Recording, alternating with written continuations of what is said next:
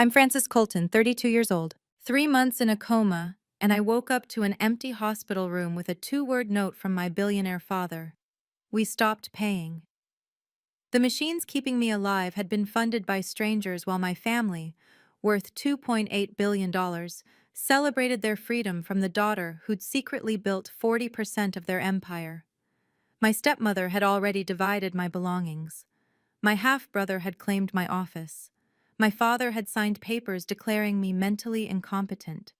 They thought a car accident had solved their 15-year problem of the unwanted daughter who knew too much, worked too hard, and reminded them of the brilliant woman they'd tried to erase. What they didn't know was that my mother had left me more than memories. She'd left me the proof, the power, and the legal ammunition to expose every lie they'd built their fortune on. Before we dive into how I turned their abandonment into their downfall, please take a moment to like and subscribe, but only if you genuinely connect with this story. I'd love to know where you're watching from and what time it is in your corner of the world. This is the story of how the worst betrayal of my life became their most expensive mistake.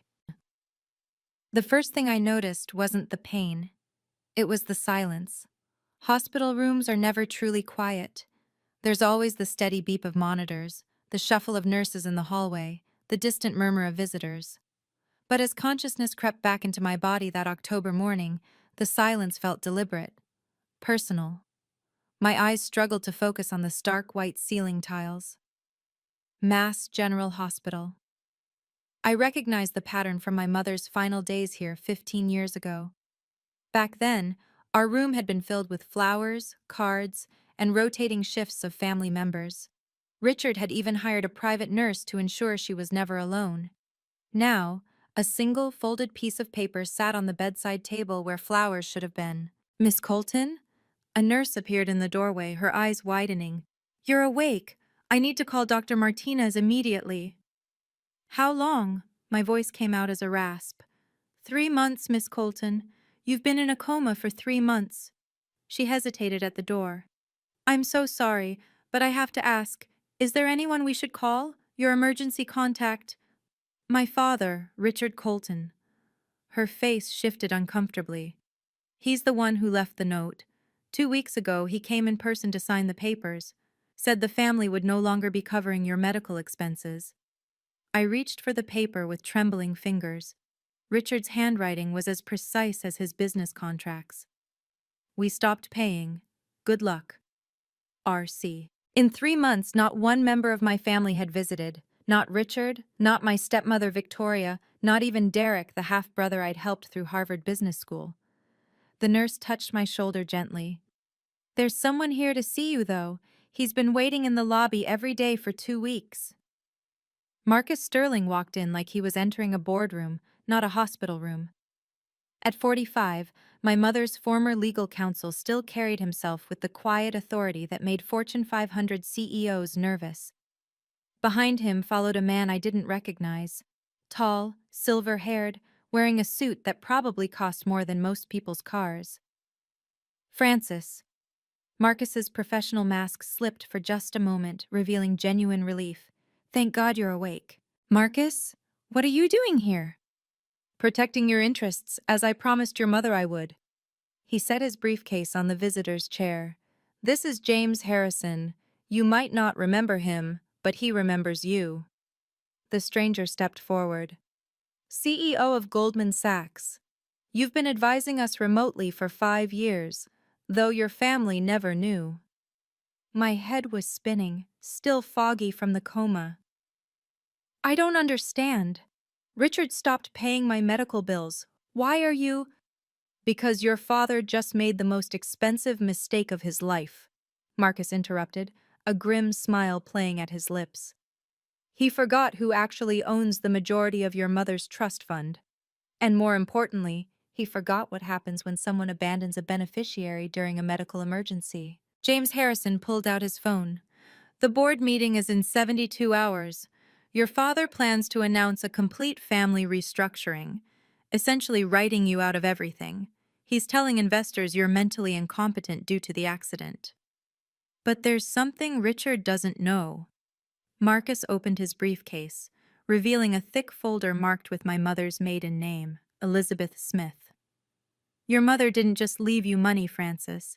She left you a fully executed succession plan, one that activated the moment your father signed those papers abandoning you. What kind of succession plan? Marcus's smile widened. The kind that's about to make you the most powerful person in that boardroom. 15 years. That's how long I'd been the family ghost. Visible enough to be useful, invisible enough to be forgotten. It started the day my mother died. I was 17, standing in Richard's study while Victoria measured the windows for new curtains before we'd even held the funeral. The unofficial foster daughter, she'd called me at the reception, her manicured hand on my shoulder like a brand. Richard's little charity case from his first marriage. The truth was simpler and crueler. I was the reminder of the woman Richard had actually loved. While Derek got the corner office at 25, I worked from a converted supply closet. While he attended board meetings as the future of Colton Industries, I ghost-wrote the proposals that landed our biggest contracts. The Meridian acquisition? My analysis. The Shanghai expansion? My negotiations, conducted at 3 a.m. from my apartment while Derek took credit at the morning presentations. You should be grateful, Victoria reminded me every Christmas, usually after several glasses of wine. Not many girls with your background get these opportunities. My background. The daughter of Elizabeth Smith, the brilliant CFO who'd built Colton Industries from a regional firm into a national powerhouse before cancer took her at 39. The woman whose financial genius Richard had married, whose strategies he still used, whose daughter he couldn't bear to look at because I had her eyes. But there were things about my mother Victoria never knew, things Richard never bothered to investigate, like the late-night meetings with Marcus Sterling, the sealed documents in safety deposit boxes across the city, the quiet transfers of authority that happened while everyone focused on the visible empire. Your mother knew this day would come, Marcus had told me 5 years ago. She just didn't know what form it would take. Now, abandoned in a hospital bed with a 2-word dismissal, I finally understood what she'd been preparing me for. Your mother was never just the CFO, Marcus said, pulling out a document that made my breath catch. Elizabeth Smith was the majority shareholder of the original holding company that became Colton Industries. The papers were dated 2001, 3 years before she married Richard. Back when he was struggling to keep his father's failing logistics company afloat. The signatures were clear. Elizabeth Smith, 65% owner. Richard Colton, 35% owner. But the company records show Richard as founder. A convenient revision after your mother's death, James Harrison interjected. One that worked because Elizabeth kept her ownership through a trust structure. She wanted Richard to be the face of the company, but she never gave up control. Marcus handed me another document. This one was newer, dated just 5 years ago. Before the cancer progressed, your mother established the Elizabeth Smith Revocable Trust with $850 million in assets. But here's what Richard never knew. She changed the terms in 2020. The trust becomes irrevocable and transfers to you under specific conditions. What conditions? Abandonment during medical incapacity. Marcus's eyes gleamed. The moment Richard signed those papers refusing to pay your medical bills, he triggered the transfer. As of 2 weeks ago, you don't just inherit the money. You inherit her voting rights, her board positions, and this. He pulled out a small plastic card. A platinum-level security badge for Colton Industries, with my photo and an authorization level I'd never seen before. Executive override. Your mother had this made 5 years ago. It's been sitting in my safe, waiting. This badge gives you access to everything, every document, every system, every room in the building, including the executive boardroom. I stared at the badge. She planned all this? She knew Richard's nature, Marcus said softly. She just made sure that when he showed it, you'd be ready. 72 hours, James Harrison said, checking his phone. The annual shareholders meeting is this Thursday at the Ritz-Carlton. 2,000 investors, international media, and your father's grand announcement about the company's future leadership. Marcus pulled up the agenda on his tablet. Richard's calling it the Next Generation Initiative. He plans to formally announce Derek as president, Victoria as executive chair, and, he paused, your official removal from all company roles due to permanent incapacitation. Can he do that? Not if you're there to contest it. Marcus's fingers drummed on his briefcase. But Francis, if you show up, there's no going back. Richard will try to destroy you publicly. He'll claim you're mentally unfit, that the coma caused brain damage, that you're delusional. And if I don't show up, then the narrative stands. You lose access to the $850 million trust. Derek inherits your mother's legacy, and every deal you've structured, every innovation you've created, becomes officially theirs forever. I thought about the nights I'd spent building financial models while Derek partied with clients, the proposals I'd written that he'd read verbatim to boards, the Shanghai deal that saved the company from bankruptcy, my strategy, his signature. There's more, James said quietly. 5 board members have been questioning Richard's leadership. They know something's off about the numbers Derek presents versus the actual performance. If you appear with proof of your contributions, they'll have to listen, Marcus finished. But Francis, this isn't just about money or recognition. If you do this, you're declaring war on your own family, in front of 2,000 witnesses. I looked at my mother's badge, feeling its weight in my palm. 72 hours to decide, disappear quietly with nothing, or fight publicly for everything. What would my mother do? Marcus smiled. She'd already be planning her entrance. Before you decide, Marcus's expression darkened. You need to understand what Richard will do if you fail. He opened another folder, this one filled with legal documents. Your father has already drafted a lawsuit. Fraud, embezzlement, corporate espionage. He's claiming you've been secretly siphoning money through unauthorized consulting contracts. But those contracts were legitimate. You know that. I know that. But without proof, it's your word against the CEO of a $2.8 billion company. Marcus pointed to a specific clause. If he wins, you don't just lose the inheritance. You face criminal charges, potential jail time, your professional reputation destroyed permanently. James Harrison leaned forward. Francis, I can vouch for your work with Goldman Sachs, but Richard has connections everywhere. Judges who golf at his club, prosecutors who depend on Colton Industries' political donations. If you walk into that boardroom and can't prove everything, he'll bury you. And there's more, Marcus added reluctantly. Victoria has been spreading rumors about your mental state for years. Depression after your mother's death, alleged substance abuse, even suggestions that the car accident wasn't really an accident. My stomach turned. She's saying I tried to. She's built a narrative where you're unstable, desperate, and dangerous.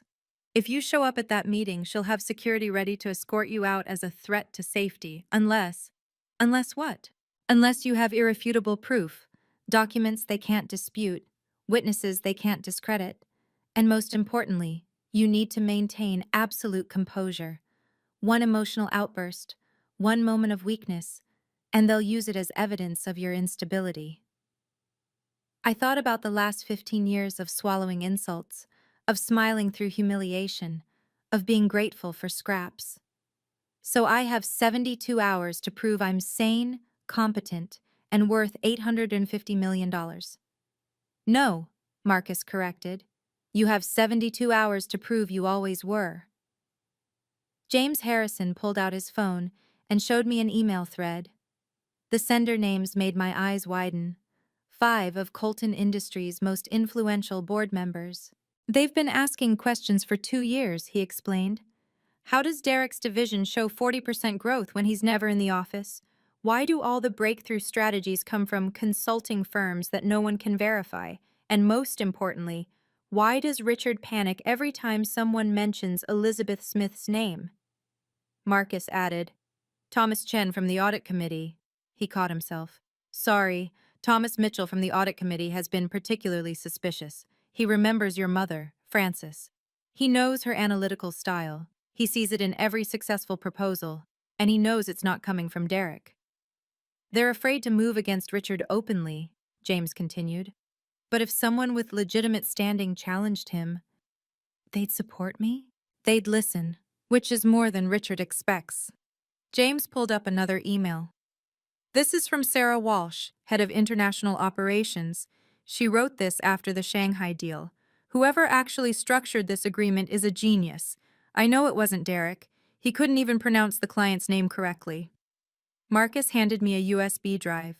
Every email, every document, every piece of evidence we've collected. But Francis, the most powerful proof is this. He showed me an email from my own corporate account, sent to James 5 years ago, outlining the complete restructuring plan that saved Goldman Sachs's merger. It was CC'd to a blind account that Marcus had maintained. Timestamp, 3:47 a.m. Same night Derek was photographed at a Vegas casino. Your digital footprint proves everything. When you worked, what you created, how you built nearly half this company's value while they pretended you didn't exist. We have the proof, James said simply. The question is, are you strong enough to use it? My phone rang at 6 p.m. Richard's name on the screen, the first time he'd called in 3 months. Francis. His voice was cold, businesslike. I heard you're awake. Hello, Dad. Let's not pretend, shall we? Papers rustled in the background. You need to sign the succession documents. Derek will take over your responsibilities. I've been in a coma for 3 months. And the company moved on. Sign the papers. You stopped paying my medical bills. A pause. The company needs to allocate resources efficiently. The company? Or you? His tone sharpened. Sign the papers, Francis. Don't make this difficult. I need time to think. You have until Thursday morning. If those papers aren't signed, I'll have to explain your mental incapacity to the board. Would you prefer that? Are you threatening me? I'm offering you a graceful exit. Take it. And if I don't? Then you'll learn what it really means to be alone. No job, no references, no family. I'll make sure every firm in Boston knows you're unstable. Like you told them about Mom? Silence, then dangerously quiet. Your mother was sick. Her mind was perfect until the end. Sign the papers, Francis, or I'll show everyone exactly how much you take after her. The line went dead. Marcus, who'd been listening on speaker, shook his head. He just threatened you on a recorded line. He doesn't know it's recorded. No, Marcus smiled grimly. He doesn't know a lot of things, including the fact that 3 board members just confirmed they'll attend an emergency session if you call for one. I looked at my phone. 3 days to prepare for war against the man who raised me and abandoned me in the same breath. I need to get out of this hospital. Already arranged. You're being discharged tomorrow morning. Victoria arrived the next morning like a storm in designer heels, her lawyer trailing behind her. She didn't knock. Privilege had always been her preferred entrance. Francis, she said my name like it tasted bitter. You look conscious.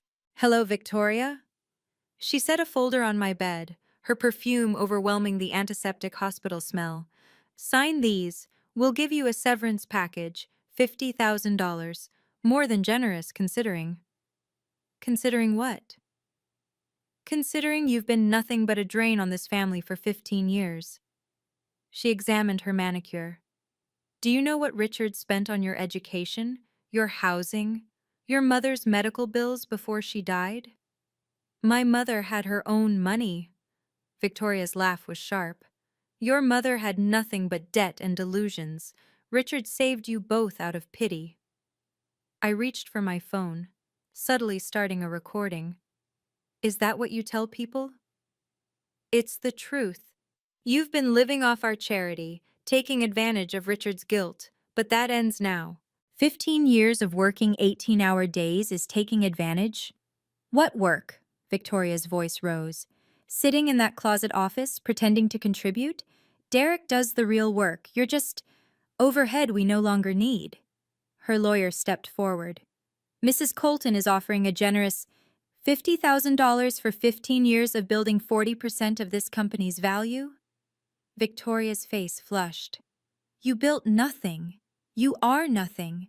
Without this family, you'd be homeless. Without my strategies, this family would be bankrupt. Delusional, just like your mother. She leaned in close.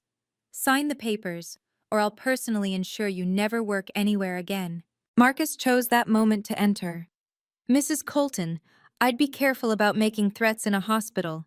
These places have excellent security cameras. Victoria straightened, recognizing him. Sterling, I should have known you'd interfere. I'm just protecting my client's interests, as her mother asked me to. Derek showed up an hour after Victoria left, casual in his golf attire. My half-brother had inherited Richard's height, but not his discipline. At 30, he already showed signs of soft living. Hey, sis. He dropped into the visitor's chair like we were having coffee, not negotiating my erasure. Rough couple months, huh? You could say that. Look, I'll cut to the chase. He pulled out his phone, showing me a bank transfer screen. 5 million, cash, today. All you have to do is sign over your rights and disappear. 5 million? It's more than fair. You get to start fresh somewhere else. Maybe Europe? You always talked about Paris. When I was 12. Derek shrugged. Point is, you take the money, we all move on. No drama at the shareholders' meeting. No messy family disputes. And you become president. I already am, basically. This just makes it official. He leaned back, supremely confident. Come on, Francis. You were never really executive material. All that time in your little office, running spreadsheets, that's not leadership. What about the Shanghai deal? What about it? The one that saved the company. Who structured that? Derek laughed. The consulting team, obviously. I managed them brilliantly. What was the client's name? His smile faltered. Why does that matter? You presented the deal to the board. Surely you remember the client's name.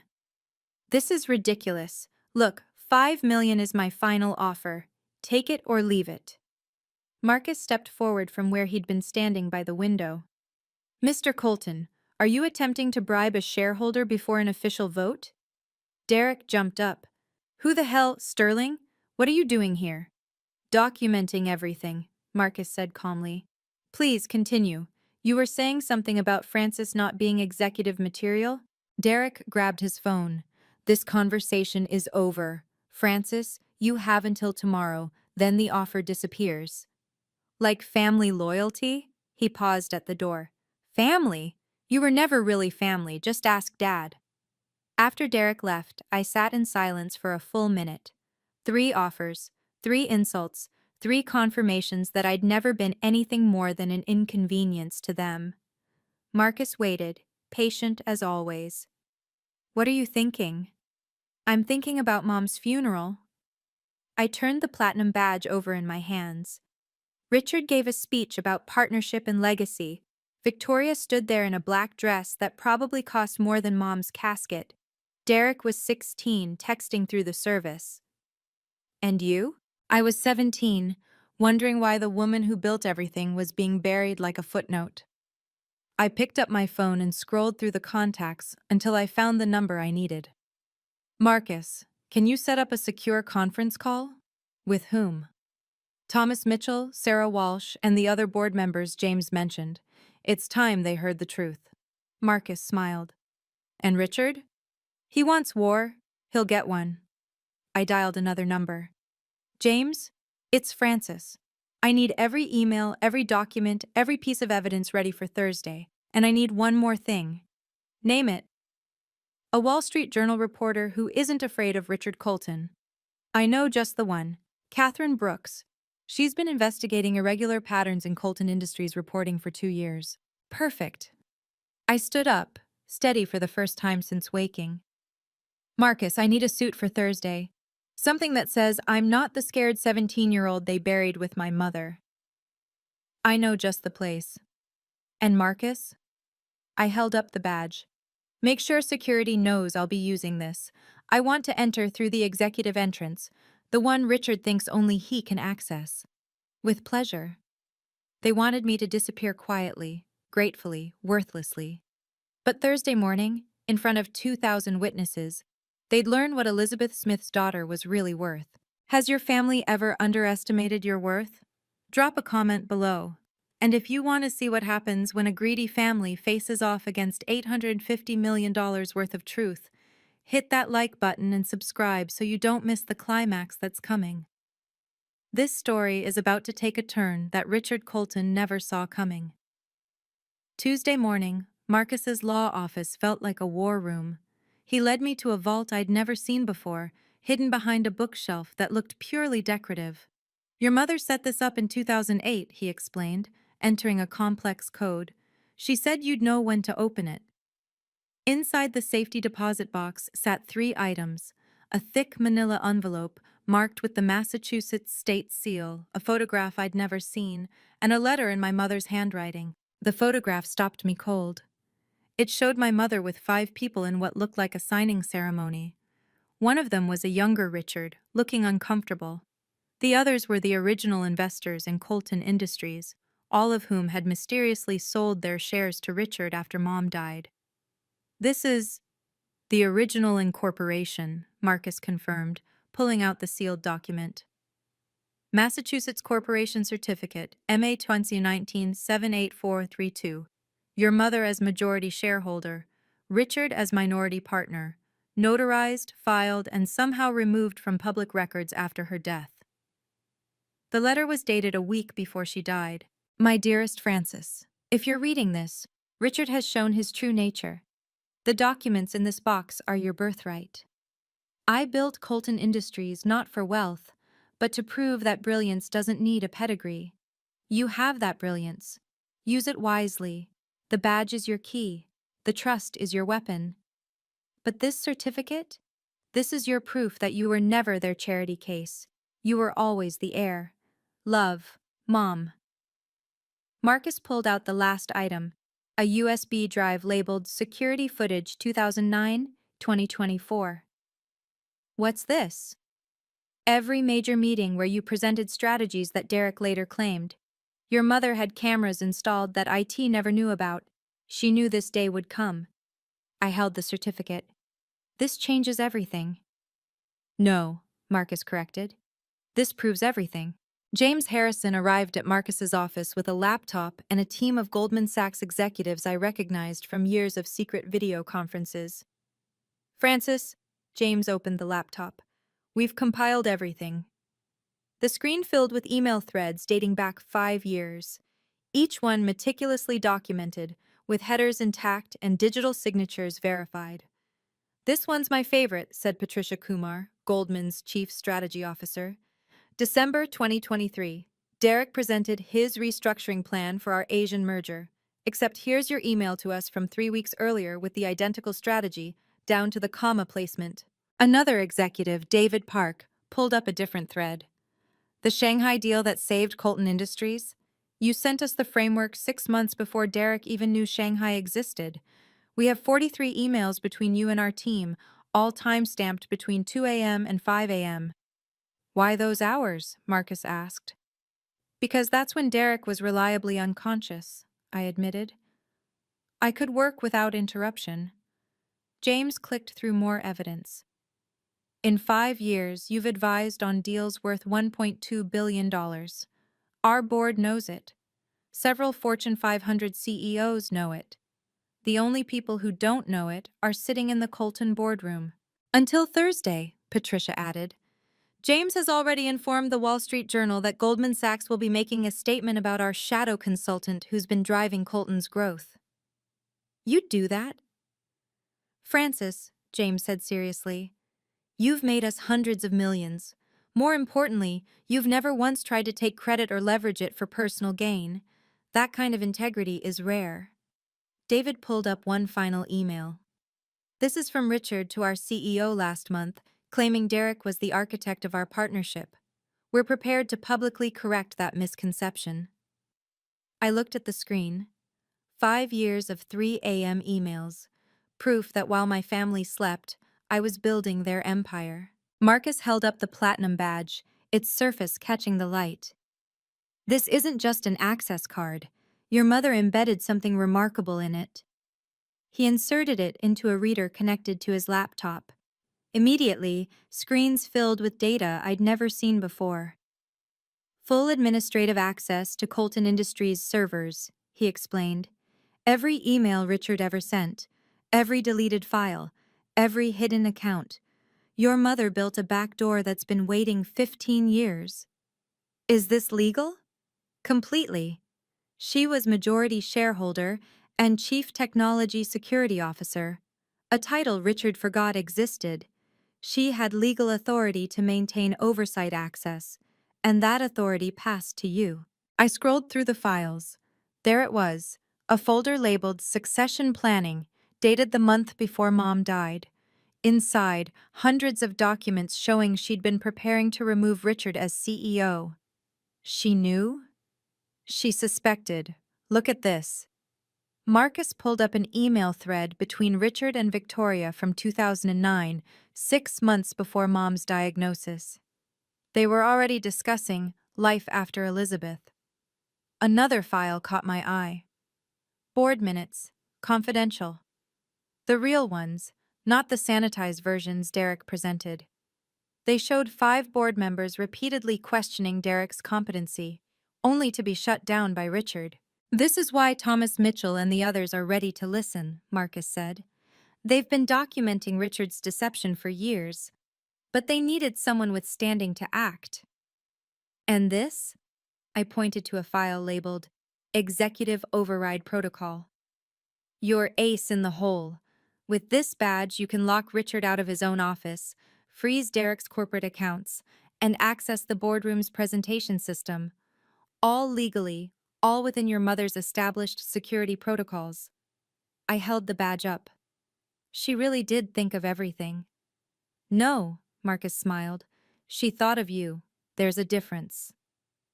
Wednesday evening. Less than 12 hours until the shareholders' meeting.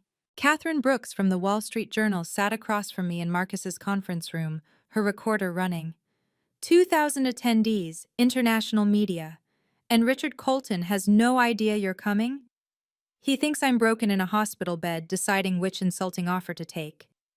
The venue is the Ritz-Carlton Grand Ballroom, she continued.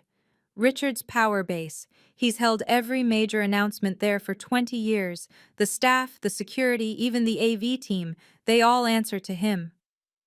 Or so he thinks, Marcus interjected, sliding a document across the table. The Ritz-Carlton's parent company is a Goldman Sachs client. James made a call. The AV team now has instructions to give Francis full access to the presentation system. Catherine made notes. The meeting starts at 10 a.m. Richard's Next Generation Initiative presentation is scheduled for 10:30. When will you make your entrance? 10:29, I said, just as he's about to take the stage. Through the main entrance? The executive entrance, the one only board members can access. I touched the badge. The one he doesn't know I can open. And your allies? 5 board members will be strategically seated. Thomas Mitchell near the front, Sarah Walsh by the international investors, the others scattered through the institutional shareholders. Catherine looked up from her notes. You realize this will be the corporate equivalent of a public execution? Richard spent 30 years building his reputation. He spent 30 years stealing my mother's legacy. Thursday, I'm taking it back. What about Derek and Victoria? They'll be on stage with Richard, part of his grand presentation. They won't even see me coming until I'm at the podium. Catherine smiled. This is going to be front-page news. Good, I said. My mother deserves nothing less. Thursday, 7 a.m. I stood before the mirror in Marcus's guest suite, adjusting the black Armani suit he'd had tailored overnight. My mother's pearl necklace, the only thing Richard hadn't tried to claim, rested against the crisp white shirt. You look like her, Marcus said from the doorway. Elizabeth wore the same outfit when she first pitched Colton Industries to investors. My phone buzzed with texts from allies. Thomas Mitchell. In position. Board members ready. Sarah Walsh. International investors briefed. They're intrigued. James Harrison. Goldman team in place. Catherine Brooks has front row press credentials. Another message, this one from Richard. Final chance. Sign the papers or face the consequences. I didn't reply. The drive to the Ritz-Carlton took 20 minutes. Boston's financial district was already buzzing with activity. Through the car window, I could see banners announcing Colton Industries' annual shareholders meeting, the next generation. Nervous? Marcus asked. No. I touched the badge in my pocket. For 15 years, I've been preparing for this moment without knowing it. Every spreadsheet, every late night, every swallowed insult, it all leads here. James called as we pulled up to the service entrance. Richard's already inside. Full court press with investors. Derek's working the younger crowd. Victoria's charming the old money. They have no idea what's coming. Security? 5 guards at the main entrance, 2 at executive. All have been informed about your badge authorization. I checked my watch. 9:15 a.m. 45 minutes until Richard's presentation. 44 minutes until I destroyed everything he'd built on lies. Francis, Marcus said as I stepped out of the car, your mother would be proud. She would be vindicated, I corrected. There's a difference. The executive entrance was 50 feet away. Beyond it, 2,000 people were about to witness the most expensive mistake of Richard Colton's life. The Ritz-Carlton lobby was a sea of expensive suits and calculated smiles. Through the glass doors, I could see the who's who of Boston's financial elite, all here for Richard's grand announcement. I stayed in the service corridor, watching through security monitors that Marcus had arranged access to. Richard stood at the center of it all, working the room with practiced charm. Victoria glided between groups of investors, her laugh carrying across the marble floors. Derek held court near the coffee station, surrounded by younger executives who hung on his every word about innovative leadership. Miss Colton? A security guard appeared beside me. Mr. Sterling said you'd need access to the executive entrance. Not yet, I'm waiting for the right moment. On the monitor, I watched Thomas Mitchell arrive, followed by Sarah Walsh. They didn't acknowledge each other, but both positioned themselves strategically in the lobby. Catherine Brooks was already inside, her press badge visible, her photographer ready. 9:45 a.m. Richard began moving toward the ballroom, his entourage following. I could see him checking his phone, probably wondering why I hadn't responded to his threat. Ma'am, the security guard said quietly, there's something you should know. Mr. Colton specifically instructed us to watch for you. He said you might try to disrupt the meeting. My heart skipped. And? But he forgot one thing. The guard smiled slightly. My daughter works in accounting. She knows who really saved the company during the Shanghai crisis. Your badge overrides his instructions anyway, but I wanted you to know, not everyone here is blind to the truth. 9:50 a.m. The lobby was emptying as attendees filed into the ballroom. Thank you, I told the guard. Ma'am, give him hell. I smiled, touching the badge in my pocket. 10 minutes until showtime. 10 minutes until Richard learned that abandoning me in that hospital was the beginning of his end. 10:25 a.m. The executive entrance loomed before me.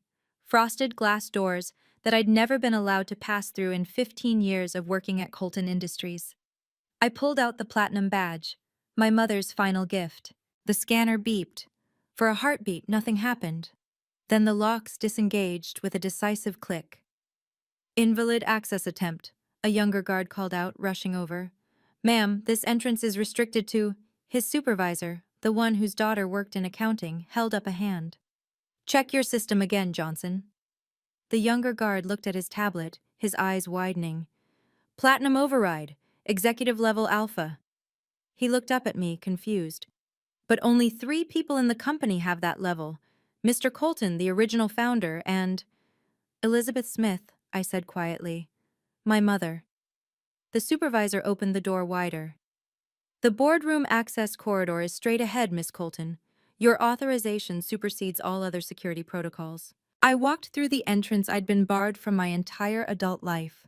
The executive corridor was everything the regular entrance wasn't. Marble floors, original artwork, fresh orchids in crystal vases. This was the path of power, the route my mother had walked when she was building the empire Richard now claimed. Through the corridor's glass walls, I could see the ballroom, 2,000 attendees packed into their seats. Richard stood at the side of the stage, reviewing his notes one final time. Derek and Victoria were already seated on stage, smiling for the photographers. 10:28 a.m. Richard began walking toward the podium. Marcus's text came through. AV team ready. Your presentation is loaded. James Harrison. Goldman team in position. Catherine Brooks. Recording everything. 10:29 a.m. Richard reached the podium, his smile broad and confident. Ladies and gentlemen, welcome to the future of Colton Industries. Time to introduce him to the past he'd tried to bury. Richard's voice filled the ballroom, smooth and commanding. Today marks a pivotal moment in Colton Industries' history. The Next Generation initiative isn't just about succession, it's about evolution. I stood in the wings, watching him work the crowd. He was good. I'd give him that. For 30 years, I've built this company from a small logistics firm into a $2.8 billion empire. He clicked his remote, and charts appeared on the massive screens. Charts I recognized, my analysis, my projections, with his name attached. But success isn't about the past, it's about the future, which is why I'm proud to announce that Derek Colton will assume the role of president, effective immediately. Polite applause. Derek stood, waving to the crowd with practiced humility. Victoria Colton, Richard continued, will serve as executive chair, bringing her decades of experience to guide our strategic vision. More applause. Victoria rose gracefully, every inch the corporate matriarch. Now, some of you have asked about other family members' roles in the company's future. Richard's tone shifted, became somber. It's with regret that I must address the situation with Francis Colton. My hand tightened on the badge. Due to recent medical complications resulting in significant cognitive impairment, Frances will no longer be able to continue in any capacity with Colton Industries. We wish her the best in her recovery and have made appropriate arrangements for her care.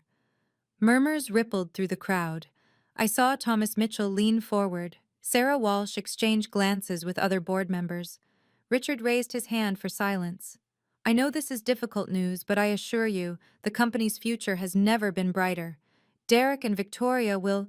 That's when I pushed open the boardroom door. The sound echoed through the ballroom. 2,000 heads turned. Richard's smile froze on his face. The walk to the stage felt both eternal and instant. 2,000 pairs of eyes tracked my movement through the ballroom. I heard gasps, whispers, the click of Catherine Brooks' photographer capturing every step. Francis? Richard's voice cracked through the microphone. You shouldn't be here. You're not well. I climbed the stage stairs with deliberate calm. Derek had half risen from his chair, his face cycling through confusion and alarm. Victoria gripped her armrest, her knuckles white against her red nails. Good morning, I said, approaching the podium. My voice carried without the microphone, clear and steady. I apologize for the interruption, but I believe the shareholders deserve to hear the truth before making any decisions about Colton Industries' future. Richard moved to block me. Security! I held up the platinum badge. The guards who had started forward stopped immediately. I have executive override authority, I announced, taking the microphone. Granted by Elizabeth Smith, majority shareholder and co-founder of Colton Industries. This is ridiculous, Richard hissed, but the microphone caught it, broadcasting his panic to everyone. I turned to face the audience. Thomas Mitchell was already standing. Sarah Walsh had her phone out, recording. James Harrison gave me the slightest nod. My name is Frances Colton, I said, daughter of Elizabeth Smith. For the past 15 years, I've been the architect behind 40% of this company's growth. Every major acquisition, every international expansion, every innovation that Derek Colton has presented to you originated at my desk in the converted supply closet I was given as an office. The murmur grew louder. Photographers pressed closer to the stage. And today, I continued, maintaining eye contact with the audience, I'm here to show you exactly what Richard Colton has been hiding. Marcus? The screens behind me flickered to life. The massive screens displayed the document that changed everything. Massachusetts Corporation Certificate, MA 2019-78432. This, I said, as gasps rippled through the ballroom, is the original incorporation document of Colton Industries. As you can see, Elizabeth Smith owned 65%. Richard Colton owned 35%. That's a forgery, Richard shouted, but his face had gone pale. Marcus stood up from his seat in the third row. I'm Marcus Sterling, senior partner at Sterling, Whitman and Associates. I can confirm this document's authenticity. I notarized it myself in 2001. The next slide appeared. My mother's will. The Elizabeth Smith Revocable Trust, I continued, valued at $850 million, was set to transfer to me under specific conditions. Those conditions were met 2 weeks ago when Richard Colton signed papers abandoning me during medical incapacity. I clicked to the next slide. Richard signed abandonment papers, his signature bold and unmistakable. You signed away more than my medical bills, Dad. You triggered the transfer clause. The crowd erupted. Board members were on their feet. Investors shouted questions. Cameras flashed like strobe lights. This is illegal, Victoria shrieked from her chair. She's mentally incompetent. Am I? I clicked again. The screen filled with emails, dozens of them, all time-stamped, all showing my work. These are my communications with Goldman Sachs over the past 5 years. Every strategy, every analysis, every deal that built this company's value. James Harrison stood. I can confirm that Frances Colton has been our shadow consultant for 5 years. Her strategies have generated over $1.2 billion in value for both our firms. Richard grabbed for the microphone. This is a coup! Security! Remove her! But security didn't move. They were looking at the screen, at the proof that the real power in Colton Industries had just revealed herself. James Harrison commanded the room the moment he stood. The CEO of Goldman Sachs didn't stand for just anyone. Ladies and gentlemen, his voice carried without a microphone, I've remained silent about Colton Industries' operations out of professional courtesy. That ends today. He walked toward the stage, every step deliberate.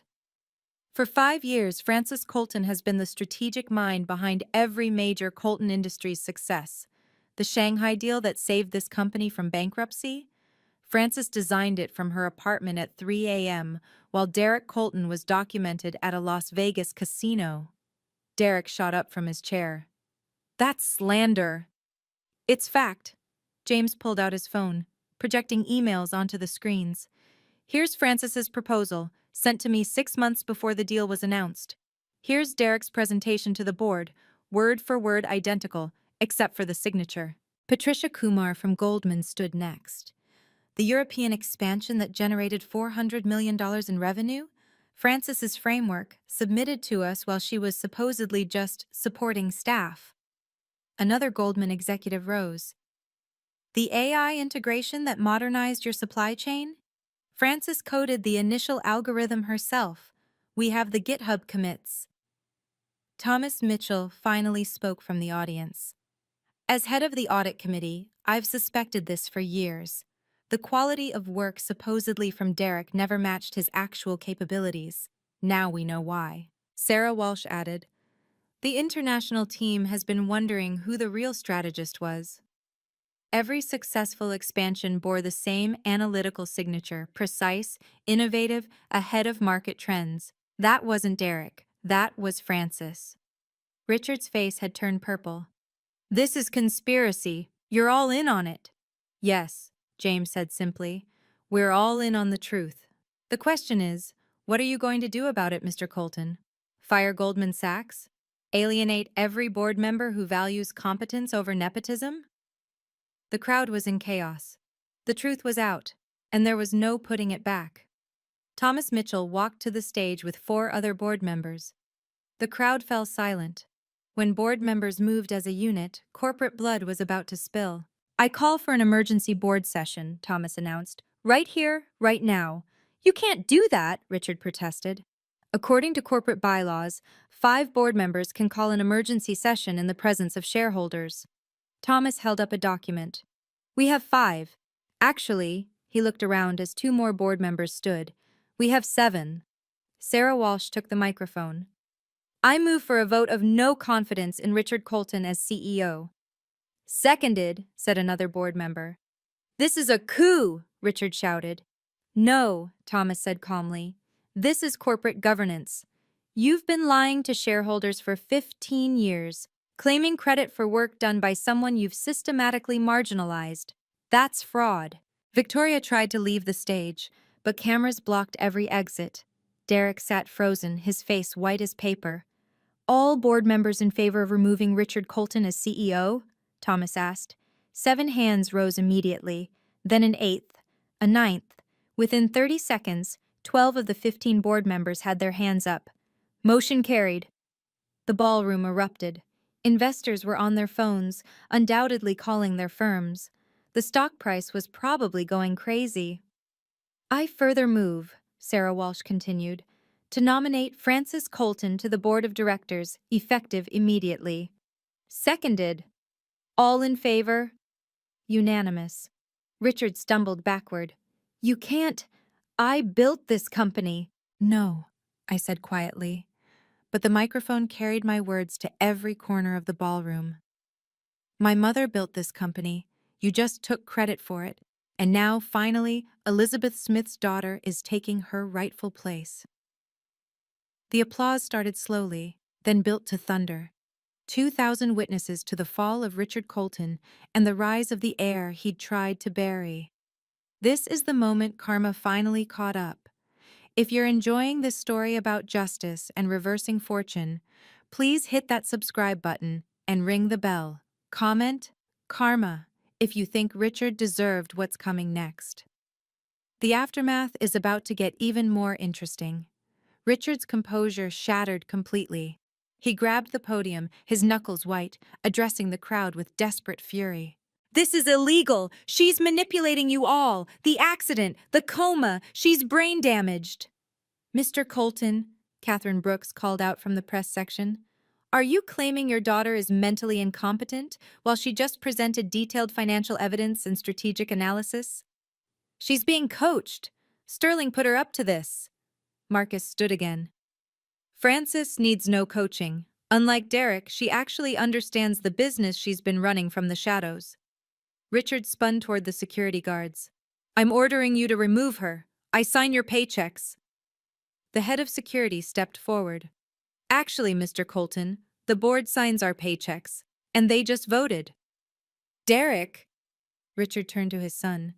Tell them about your achievements, the Shanghai deal. Derek's mouth opened and closed like a fish. The consultants. What was the client's name? I asked quietly. Derek's silence was deafening.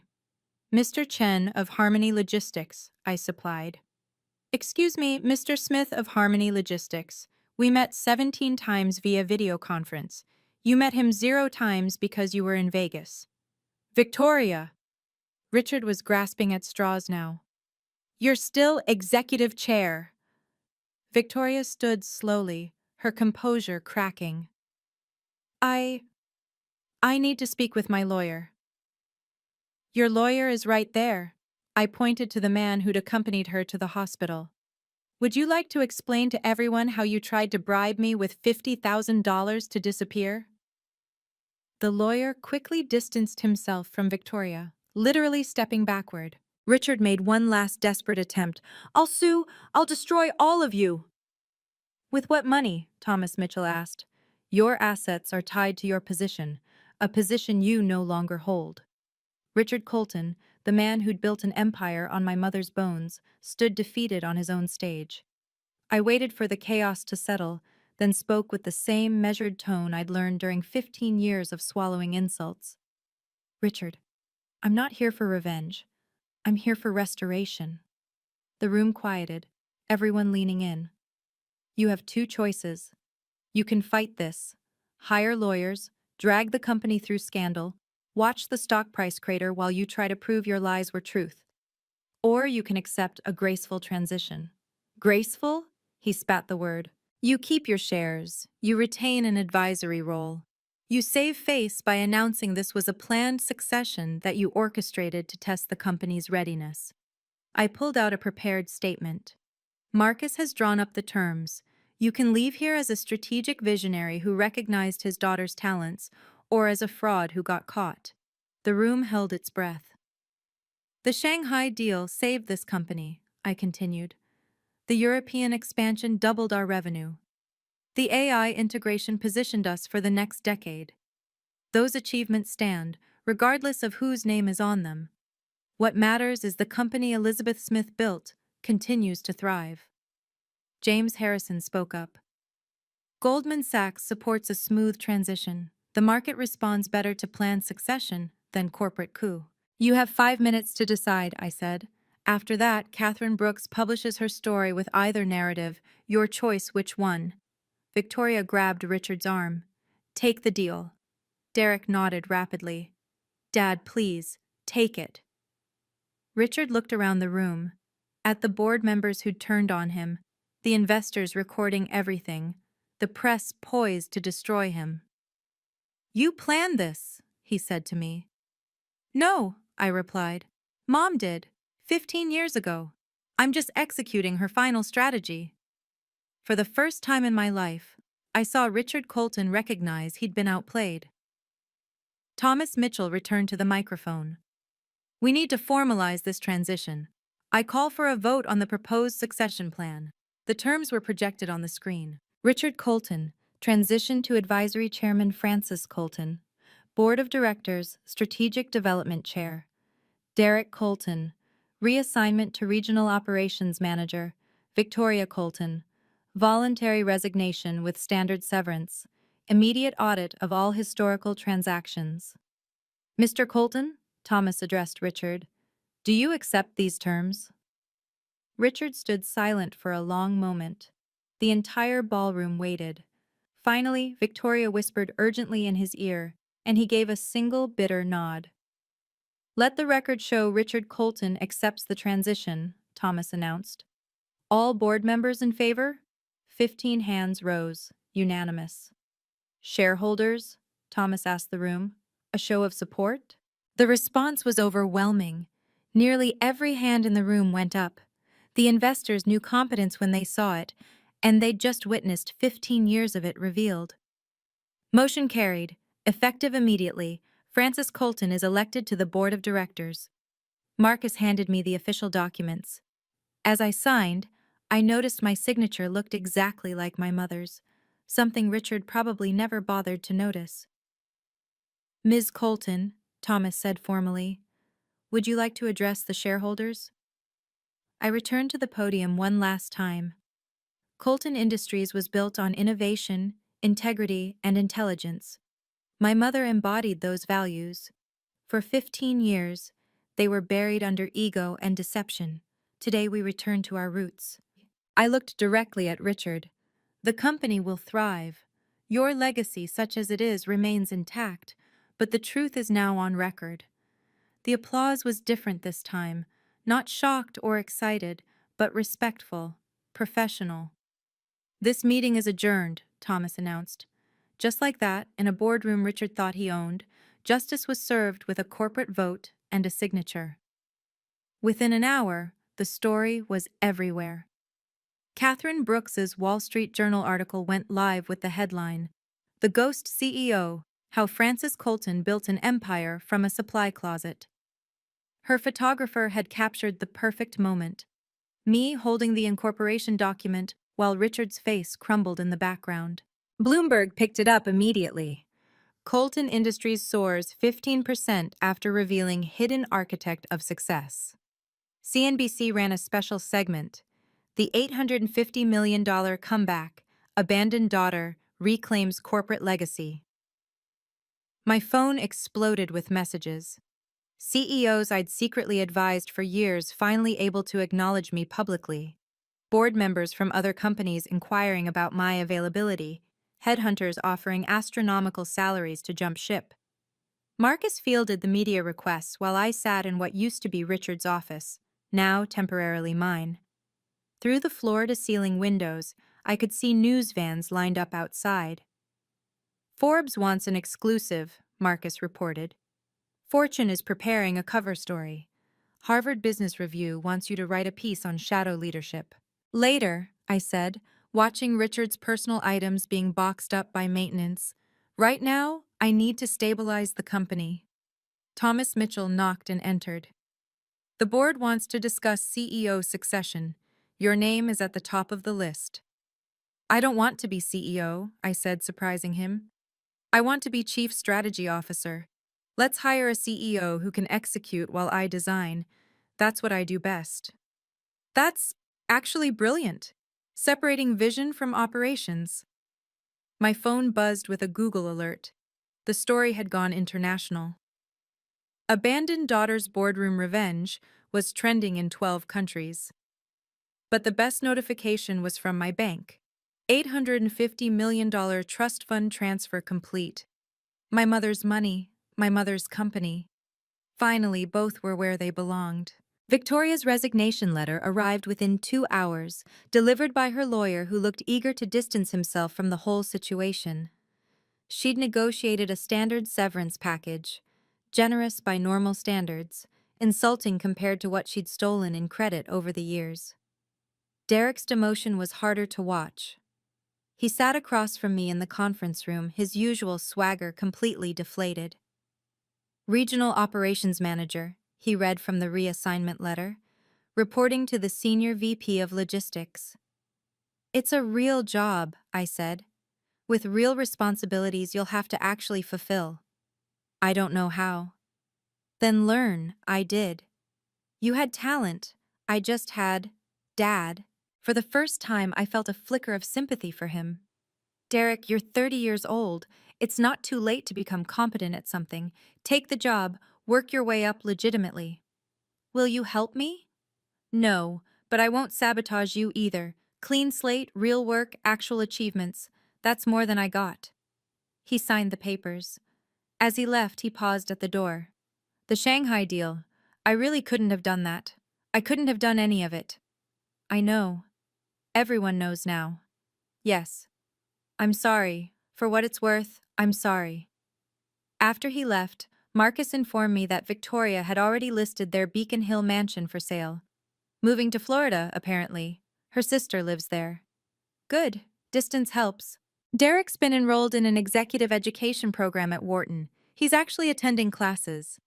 Maybe there's hope for him. And Richard? Richard made his choice. Advisory chairman is more than he deserves, but exactly what the market needs to see. The Colton family empire had been restructured in a single morning. Victoria in exile, Derek demoted to reality, and Richard reduced to a figurehead in the company he'd claimed to build. The email arrived 3 days later, at 2 a.m. Richard always did his real thinking in the dark hours. Francis, I failed you as a father. I see that now. Your mother would be ashamed of what I became after she died. Elizabeth built everything. I know that, always knew it. But admitting it meant admitting I was nothing without her. You have her genius. I couldn't bear to see it, to need it, to depend on it the way I depended on her. So I diminished you, used you, told myself it was business. It wasn't business. It was cowardice. I don't expect forgiveness. I expect nothing. But you deserve the truth, even if it comes 15 years too late. The company is yours. It always was. Richard. I read it twice, then forwarded it to Marcus with a note. Save this for the lawyers, just in case. There would be no reply, no reconciliation scene, no tearful reunion. Some bridges, once burned, left only architectural lessons about how not to build. But I did make one concession. The next day, I had his advisory chairman office restored, not the CEO suite, but a respectable space with a view. His nameplate read, R. Colton, Founder Emeritus. Technically true, emotionally hollow. Thomas Mitchell questioned the gesture. Why give him anything? Because cruelty is his pattern, not mine. He gets an office, a title, and a daily reminder that the building he sits in was built by the woman he tried to erase and is now run by the daughter he abandoned.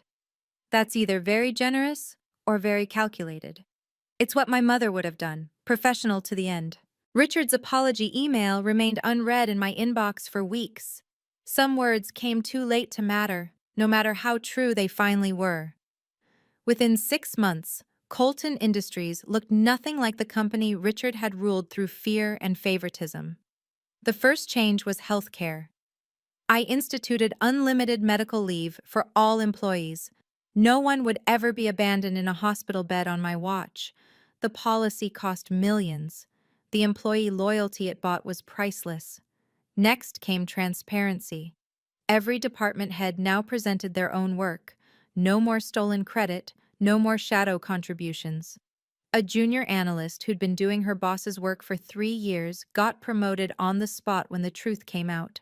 The Elizabeth Smith Innovation Foundation launched with $50 million in funding, supporting female entrepreneurs in STEM fields. My mother's name was finally attached to something worthy of her legacy. The supply closet that had been my office for 15 years was converted into a memorial space. A plaque read, "From this 6x8 room, Francis Colton built 40% of this company's value. Never underestimate anyone based on the size of their office." Marcus helped establish new corporate governance rules.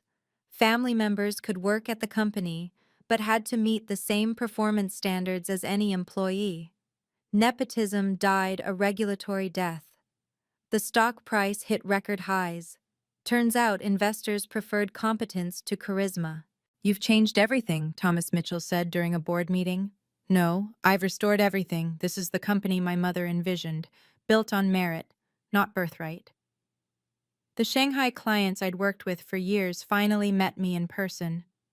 Mr. Smith, formerly Mr. Chen in my mind, laughed when he learned the truth. We always wondered why Derek seemed so brilliant on email and so confused on calls. By year's end, Harvard Business School was teaching a case study. The Colton Revelation, Hidden Leadership and Corporate Truth. My mother's company finally reflected her values. It only took 15 years and one abandoned hospital room to get there. 1 year later, I stood in my new office, not the CEO suite, but the Chief Strategy Officer space I designed myself. Floor-to-ceiling windows, yes, but also workstations for collaboration, whiteboards covering entire walls, and a small corner dedicated to my mother's memory. The company ran like clockwork under our new CEO, someone I'd personally recruited from Microsoft. I did what I did best: strategy, innovation, building the future, while she handled operations and execution. Perfect symbiosis. My days started at 7 a.m. now, not 3 a.m. I ate lunch in the executive dining room, not at my desk. I attended board meetings as a voting member, not as invisible support staff. "Family dinner this Sunday?" Derek texted. He'd been promoted to regional manager after completing his Wharton program and actually earning it. "I'll be there," I replied. These dinners happened monthly now, Richard, Derek, and me. Not playing happy family, but maintaining professional civility. Victoria never attended. Florida suited her better. Richard had aged 10 years in one. He spoke less, observed more, and occasionally offered actually useful advice from his advisory role. He never mentioned the past. Neither did I. "The board wants to discuss succession planning," Thomas Mitchell mentioned during our quarterly review. "You're 33. In 7 years, you could be CEO." "Maybe. Or maybe I'll start my own company. Mom's trust gives me options." "What would Elizabeth want?" I smiled. "She'd want me to choose for myself. That's the difference between her and Richard. She built an empire but raised a daughter. He tried to own both." My phone buzzed with a text from James Harrison. "Goldman has a new project. Interested?" I responded. "Send details. My team will review." My team. My choice. My life. Finally. The Harvard Business Review piece I finally wrote was titled "The Cost of Invisible Excellence." It opened with a simple truth. Your worth doesn't diminish because others refuse to see it, but their blindness shouldn't determine your paycheck. 3 lessons emerged from my story, lessons I now shared with young professionals who reached out daily. First, document everything. Every email, every contribution, every late night breakthrough. Not for revenge, but for reality. My mother knew this. She built an evidence trail that survived 15 years and her own death. Your work should have your fingerprints on it, even if someone else takes the bow. Second, build alliances outside the toxic system. James Harrison and Goldman Sachs knew my value when my own family didn't. Thomas Mitchell suspected the truth and waited for the right moment to act. Marcus Sterling protected my interests when I couldn't protect myself. Your allies don't always share your blood or your building. Third, patience isn't passive. For 15 years, I wasn't waiting, I was building. Every skill learned, every relationship forged, every piece of evidence gathered was a brick in the foundation of my eventual freedom. Richard thought my silence meant submission. It meant preparation. Do you regret not acting sooner? A young woman asked at a conference. No. At 20, I would have been too angry. At 25, too desperate. At 32, I was precise. Timing isn't about the clock, it's about readiness. The most important lesson? Power isn't inherited or granted. It's built, deal by deal, decision by decision, often in rooms where you're not supposed to be. My mother knew this. She built an empire while letting Richard wear the crown, but she made sure the real power would transfer to someone who'd earned it in the shadows. Her daughter. Me. The last conversation that mattered happened on a Thursday, 18 months after the shareholder meeting. Richard requested a private meeting, not in his advisory office, but in mine. I need to know, he said, looking older than his 60 years.